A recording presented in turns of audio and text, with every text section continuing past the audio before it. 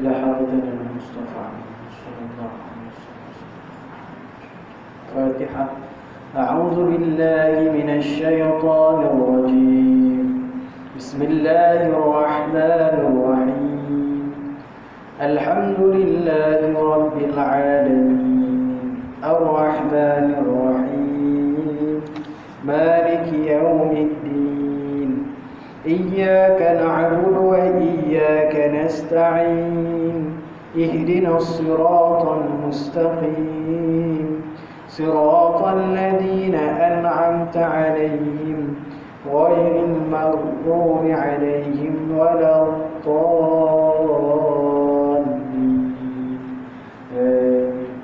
أعوذ بالله من الشيطان الرجيم. بسم الله الرحمن الرحيم.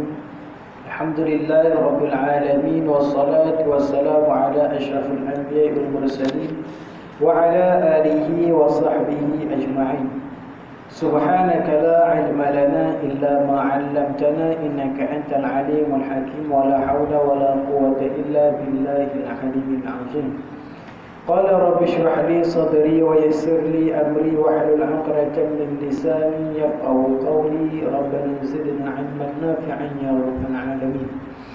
Alhamdulillah dapat kita bersama-sama berkumpul selepas mayang maghrib secara berjemaah dan memenuhi ruang waktu di antara keduanya dengan majlis ilmu. Iaitulah yang akan kita bincangkan mengenai ilmu tauhid, iaitu ataupun ilmu aqidah. Pada kitab Faridatul Faraid fi Ilmi al-Aqaid. Kita sambung pada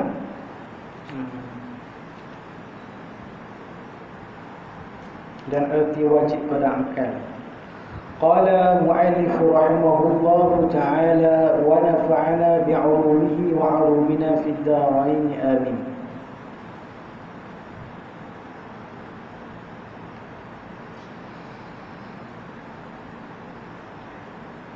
Dan arti wajib pada akal itu, kita minggu lepas kita bincang wajib pada syarak. Dan arti wajib pada akal itu barang yang tiada tasawur pada akal ketiadaannya. Apa arti wajib pada akal?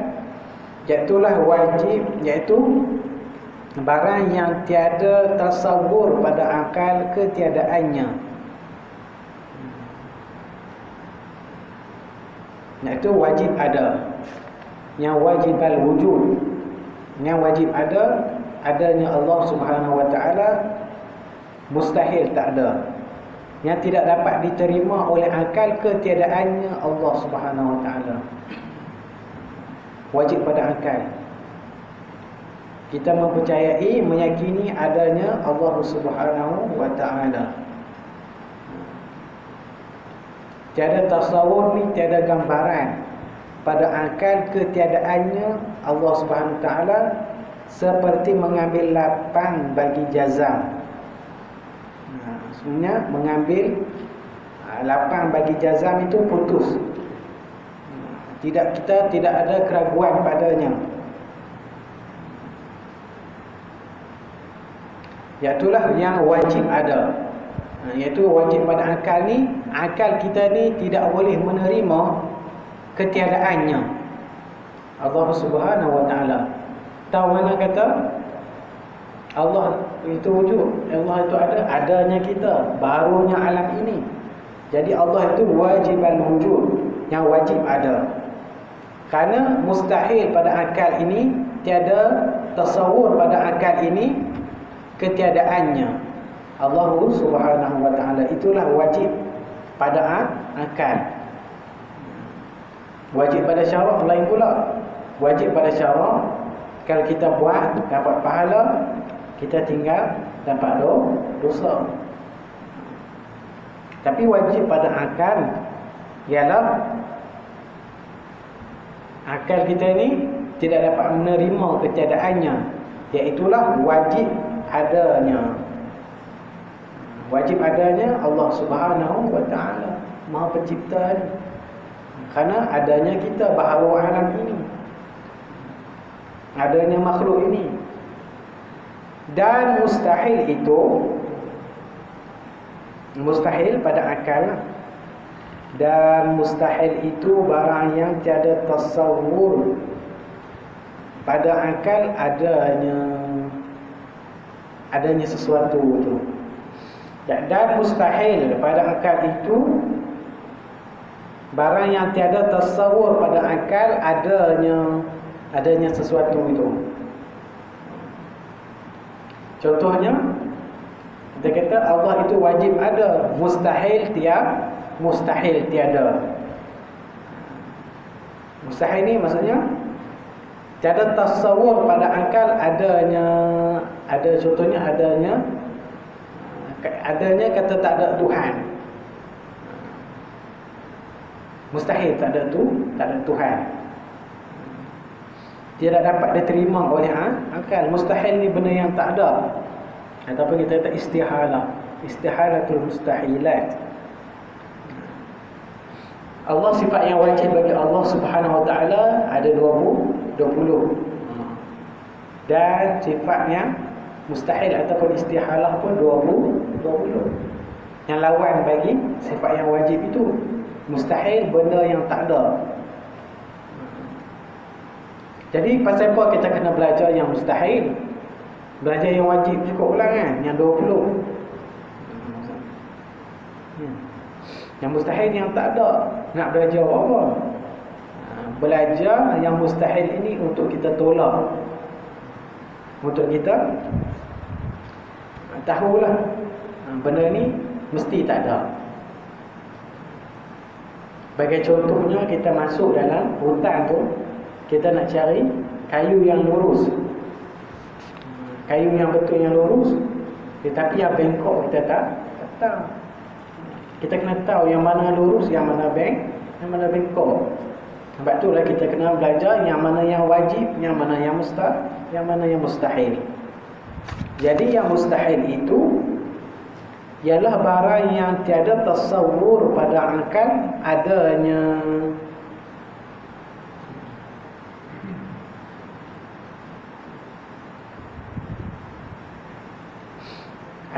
sesuatu itu. Seperti sunyi, haram daripada gerak dan diam. Sunyi daripada, maksudnya tak bergerak dan diam, tak akan terima daripada akal. Maksudnya setiap benda yang hidup ni mesti dia adanya gerak, adanya diam. Kalau yang tak hidup tu, dia tak ada lah. Tak ada yang gerak, tak ada yang diam. Mesti ada keduanya. Contohnya, tidak diterima pada akal itu ketiadaannya Allah Subhanahu wa taala ataupun ketiadaannya pencipta. Seperti mana orang atheist kata, ataupun orang yang tak percaya Tuhan, dia kata Tuhan ni tak ada di dunia ni, tak percaya langsung. Kerana dia percaya bahawa setiap kejadian di dunia ini dia terjadi dengan sendirinya. Macam mana fahaman komunis kan, atheist, tak percaya langsung. Dia tak percayalah hari kiamat, tak percayalah kehidupan selepas mati. Tapi kalau ikut akal, kalau kita tengok rumah yang cantik pun ada tukangnya. Kalau meja ini yang cantik ini ada tukangnya yang membuatnya. Takkanlah dunia yang serba luas, yang indah ini ada macam-macam tumbuhannya, haiwannya, manusia yang macam-macam. Manusia pun ada macam-macam bangsa. Takkanlah tiada penciptanya. Kita ambil logik akal macam tu. Jadi mustahil tiada Tuhan. Wajib ada Tuhan. Ini ada perubahan cuaca, pada siang jadi malam, Tadi panas, ni sejuk nak hujan kot malam ni. Itu siapa yang mengubahnya? Setiap benda yang diubah, yang berubah, ada yang mengubahnya. Nak yakin macam tu. Setiap benda yang berubah, ada pengubahnya.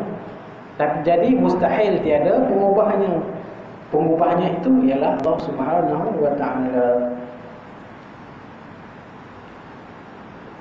Kita daripada lahir, daripada kecil main ke besar sikit jadi remaja, besar sikit jadi dewasa, kemudian jadi orang yang tua, lepas tu meninggal.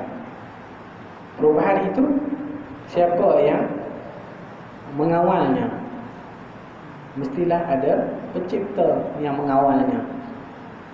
Kerana kita tak boleh tahan dari kita ni daripada jadi tua, daripada dimakan usia.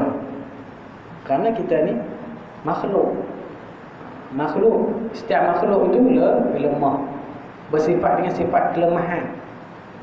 Dan Allah bersifat dengan sifat kesempurnaan. Jadi tiada tasawur pada akal itu adanya, itulah mustahil. Dan jaiz itu barang yang sah pada akal adanya dan tiadanya. Dan jaiz ni harus pada akal, boleh ada, boleh tak ada, dua-dua pun tak apa. Ataupun benda yang mungkin, benda yang mungkinat, ataupun benda yang jaizat. Benda yang mungkin ni macam kita lah, makhluk. Kita ni boleh ada, boleh tak ada. Kita ni tak wajib ada. Kalau Allah tak jadikan kita pun tak apa, jadi pun tak apa. Tak ada terus pun tak apa. Tak wajib bagi Allah Ta'ala cipta kita. Harus sahaja.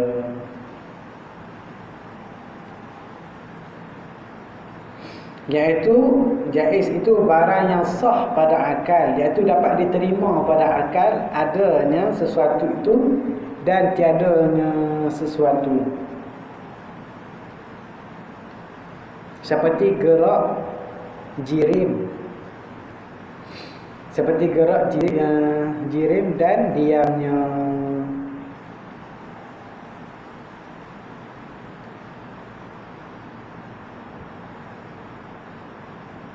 Seperti gerak jirim itu sesuatu itu. Jirim itu sesuatu yang memenuhi ruang. Jirim ni, kita ni termasuk jirim lah. Setiap benda yang memenuhi ruang tu jirim. Ya, seperti gerak jirim dan diamnya. Sesuatu itu dia boleh bergerak dan dia boleh diam. Ikut dia lah. Kalau dia nak diam, dia diam.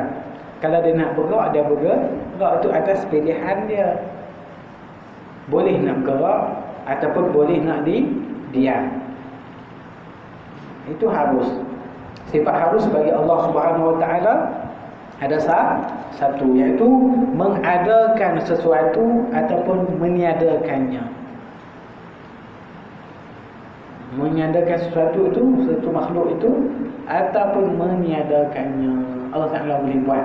Allah Ta'ala nak buat ke ataupun tak buat ke, boleh bagi Allah Ta'ala, harus.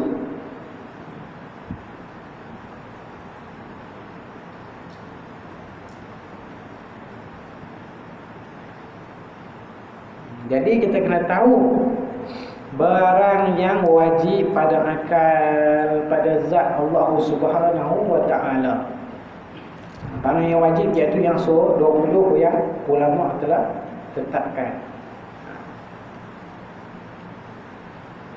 Dan 20 sifat yang mustahil ataupun sifat istihalatul mustahilah, ataupun dan yang sifat yang harus. Ada satu. Dan begitu jugalah barang yang wajib bagi Rasul alaihi wassalatu wassalam. Ada 4. Dan yang mustahil juga 4, dan yang harus juga 1. 1 tu berapa? Sifat harus bagi Rasul, iaitu sifat basyariyah, iaitu bersifat dengan sifat kemanusiaan. Nabi Rasul boleh makan, boleh minum, boleh menikah, boleh berjalan macam manusia biasa. Itu sifat harus bagi Rasul.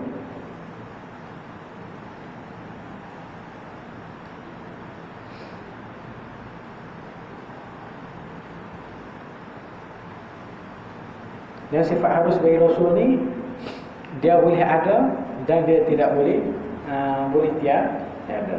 Tapi Allah jadikan Rasul ini daripada kalangan manusia.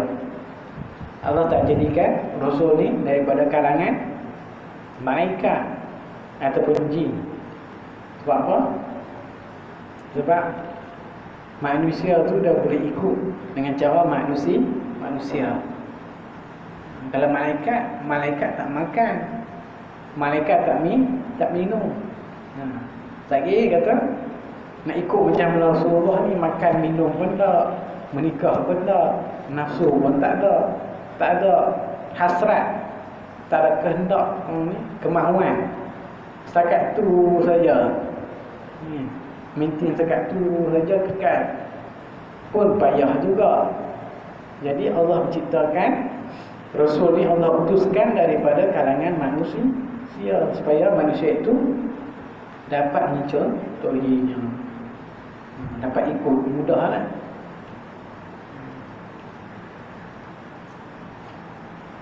Dan wajib pula atas mukallaf. Wajib atas ni wajib syarak. Wajib atas mukallaf, iaitu ma la yuthabu fi fi'lihi wa yu'aqabu fi tarkihi. Barang yang wajib pada syarak ni, ma yuthabu fi fi'lihi, barang yang diberi pahala pada mengerjakannya. Sembahyang dapat pahala, sedekah dapat pahala, puasa dapat pahala, haji dapat pahala. Dan wa yu'aqabu fi tarkihi, dan disiksa pada meninggalkannya. Tinggal sembahyang dapat dosa, tinggal puasa dapat dosa. Itu ialah yang haram. Kemudian itu wajib syarak. Dan juga wajib atas mukallaf. Mukallaf ni setiapnya aqil dan baligh. Semua orang yang ada akal. Orang yang gila tak boleh. Orang yang ada masalah mental tak dikira. Ataupun yang kanak-kanak, akal yang tidak sempurna. Dan balighnya cukup umur, lelaki dan perempuan. Sebagai wujub aini, sebagai wajib aini ni atas tiap-tiap seorang. Kewajib wujub aini wajib atas setiap orang. Aini ni mata. Tapi maksudkan ni wajib atas tiap-tiap mukallaf. Kulli mukallafin wujubun ala kulli mukallafin. Wajib atas tiap-tiap mukallaf mengetahuikan dalil atas tiap-tiap sesuatu daripada yang wajib. Dia mestilah mengetahui dalilnya. Dalil ada dua, dalil aqli dan dalil naqli. Dalil pada akal dan dalil pada Al-Quran dan hadis. Tapi kalau untuk akidah ini, dalil pada akal pun cukup dah memadai untuk melepaskan diri kita ni daripada kesyirikan, melepaskan diri kita ni daripada kesesatan. Tahu mana kata Allah ni adanya kita, itu dah cukup. Ataupun baharunya kita, baharunya alam ini, itu dah cukup dah. Tapi tak boleh dalam akidah ni kita kata tahu mana kata Allah itu ada, tu ustaz tu hajat kata ada. Tapi dalam akidah kita tak boleh kata macam tu. Dari dalam fiqh boleh lah, nak ibadah boleh. Bahasa apa hang baca macam ni, ustaz tu baca macam ni, dia ajak aku macam ni. Tapi dalam akidah, setengah ulama kata haram kita taklid. Kita kena tahu diri kita sendiri ni, pasal apa adanya Allah, pasal apa adanya makhluk, pasal apa adanya malaikat, kitab, sebagainya. Kita kena tahu. Wajib atas mukallaf sebagai wujud aini. Wujud aini atas tiap-tiap seorang mengetahuikan dalil.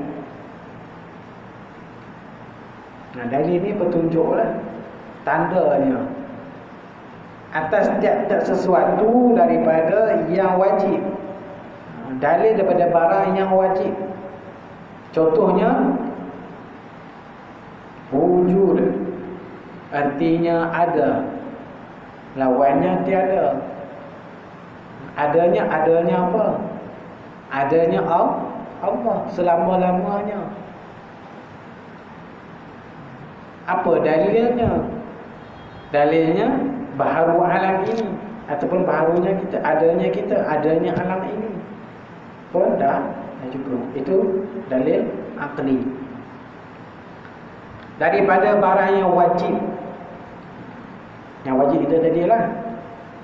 Wajib iaitu ma la yutasawwaru fi aqlihi adamuhu. Barang yang tidak dapat digambarkan oleh akal ini ketiadaannya. Jadi wajib ada. Dan barang yang mustahil. Mustahil ni la yutasawwaru fi aqlihi wujuduhu. Barang yang tidak dapat diterima pada akal tu adanya sesuatu itu. Itulah yang mustahil. Dan yang jaiz yutasawwaru fi aqlihi wujuduhu aw adamuhu. Barang yang dapat diterima oleh akal ini adanya atau ketiadaannya. Boleh ada dan boleh tak ada. Dia kena tahu tentang dalil itu.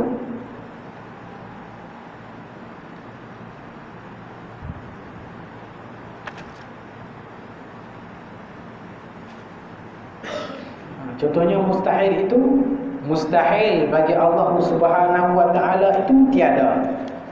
Macam mana kata, apa dalilnya? Takkanlah dunia yang elok ni, serba indah ini, macam-macam yang ada ini, tiada penciptanya. Sedangkan kereta pun ada penciptanya, ada yang tukangnya, rumah kita apa. Segala macam di dunia ni ada tukangnya yang buat. Takkanlah dunia yang serba luas ini tiada penciptanya. Dan yang jaiz, yang harus, iaitu harus bagi Allah itu mengadakan yang mungkin ataupun meniadakannya. Mengadakan yang mungkin itu yang makhluk lah, segala yang baharu itu, ataupun meniadakannya. Kerana kita ni makhluk, Allah itu khaliq. Jadi Allah itu boleh cipta, kalau dia nak cipta, boleh mengadakan ataupun meniadakannya, itu atas hak Allah Subhanahu wa taala. Kerana kita ni makhluk saja.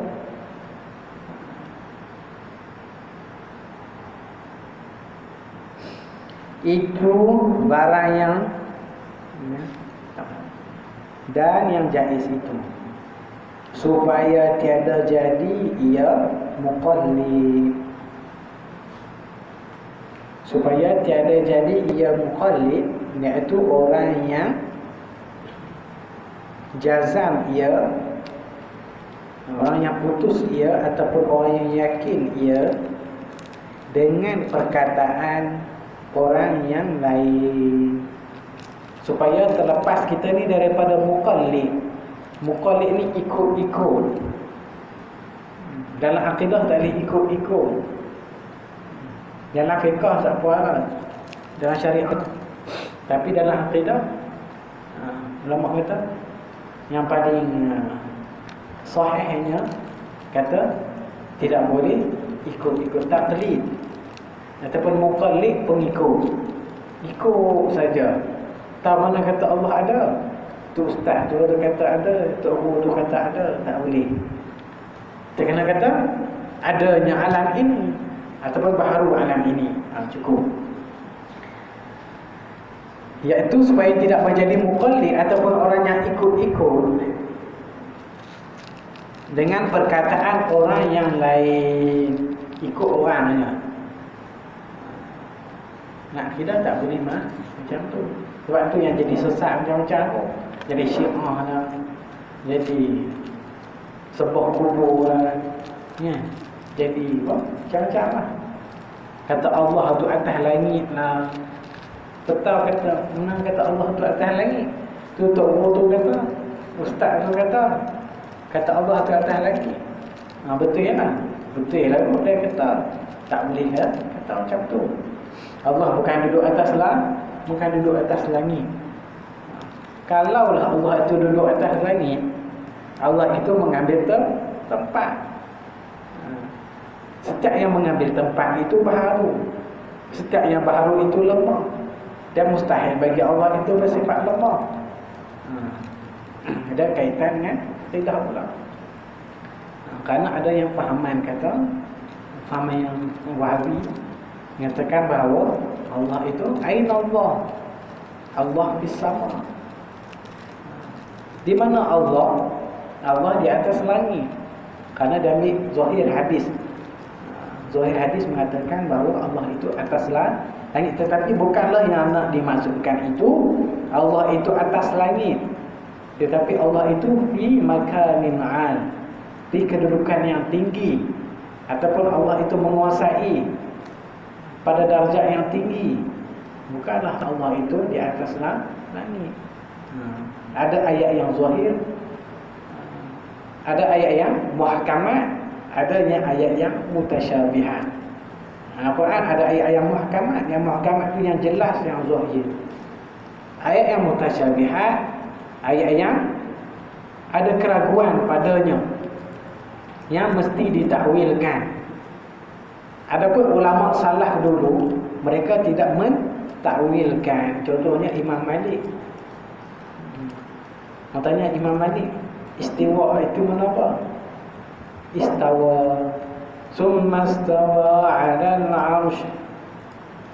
Kemudian Allah itu bersemayam di atas arasy. Semayam itu kalau maksudnya adalah duduk. Allah duduk di atas arasy. Duduk macam mana? Duduk macam ni. Tak boleh kata macam tu. Tapi yang nak dimaksudkan dengan istiwa itu dia ayat mutasyabihat. Ayat mutasyabihat mesti ada yang maksud yang sebaliknya, bukan ayat yang zahir itu. Istiwa itu bermaksudnya istawla. Istawla itu maksudnya menguasai arasy itu. Itu kita kena mengaji. Kalau kita tak mengaji, kita kata dia Allah duduk atas arasy. Allah duduk atas arasy macam kita duduk macam ni. Itu dah kita samakan Allah dengan makhluk. Padahal Allah itu laisa kamitslihi syai' wa huwas sami'ul basir. Allah itu tidak sama dengan sesuatu pun, tidak sama dengan yang baharu. Mukhalafatuhu ta'ala lil haq, lil hawali sifatnya. Kemudian Allah kata yadullahi fawqa aydihim, tangan Allah itu di atas tangan-tangan mereka. Itu ayat mutasyabihat, tangan Allah. Kalau nak kata zahir ni, tangan ni macam ni, tangan ni kan. Tapi adakah yang ada dimaksudkan ayat itu dengan tangan ini? Tapi yang sesat ni, yang kata Wahabi, dia kata tangan macam ni. Sebab mungkin dia tak mengaji, ataupun dia tak mendalami ilmu aqidah ataupun ilmu tauhid. Mengaji setakat orang kata zahirnya sahaja. Jadi boleh jadi membawa kita kesesatan. Sebab itulah kita kena mengaji supaya kita tidak menjadi muqallid. Muqallid ni orang yang hanya ikut-ikut saja. Dia tak tahu dalilnya, dia tak tahu apa dasarnya. Tetapi dalam akidah tidak boleh kita hanya ikut-ikut saja. Baik, tapi dalam fiqh tak apa, syariah tak apa. Supaya ia tidak menjadi muqallid, iaitu orang yang jazam ia, yang yakin ia dengan perkataan orang yang lain. Yakin perkataan orang lain ni. Siapa kata macam ni, dia kata macam ni, dia kata macam ni. Tak boleh. Dengan ketiadaan mengetahui dalilnya. Dia tak tahu pun dalilnya, hanya ikut-ikut saja. Dalam akidah tidak boleh ikut. Kena tahu dalilnya, sekurang-kurangnya dalil akli, dalil akal. Tahu mana kata Allah itu ada, adanya alam ini, baharunya alam ini. Lepas tu kalau ada mesti nampak. Macam mana? Ni, kita kena tahu lah. Setiap benda yang ada tu tak semestinya nampak. Kita kata akal lah tu kan. Contohnya udara ini ataupun angin kan? Ada angin ini, udara ada. Nampak ada? Tak nampak. Tapi ada. Macam mana tahu kata ada? Boleh rasa. Rasa ada angin. Tapi tak nampak. Tapi dia ada. Jadi tak semestinya benda yang ada itu nampak.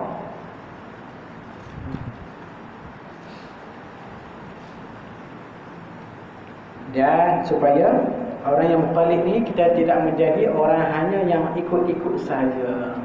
Akidah tak boleh ikut. Dengan dia tak tahu pun dasarnya. Tak tahu dalil, tak tahu dasarnya sesuatu itu. Wallahu subhanahu wa ta'ala a'lam.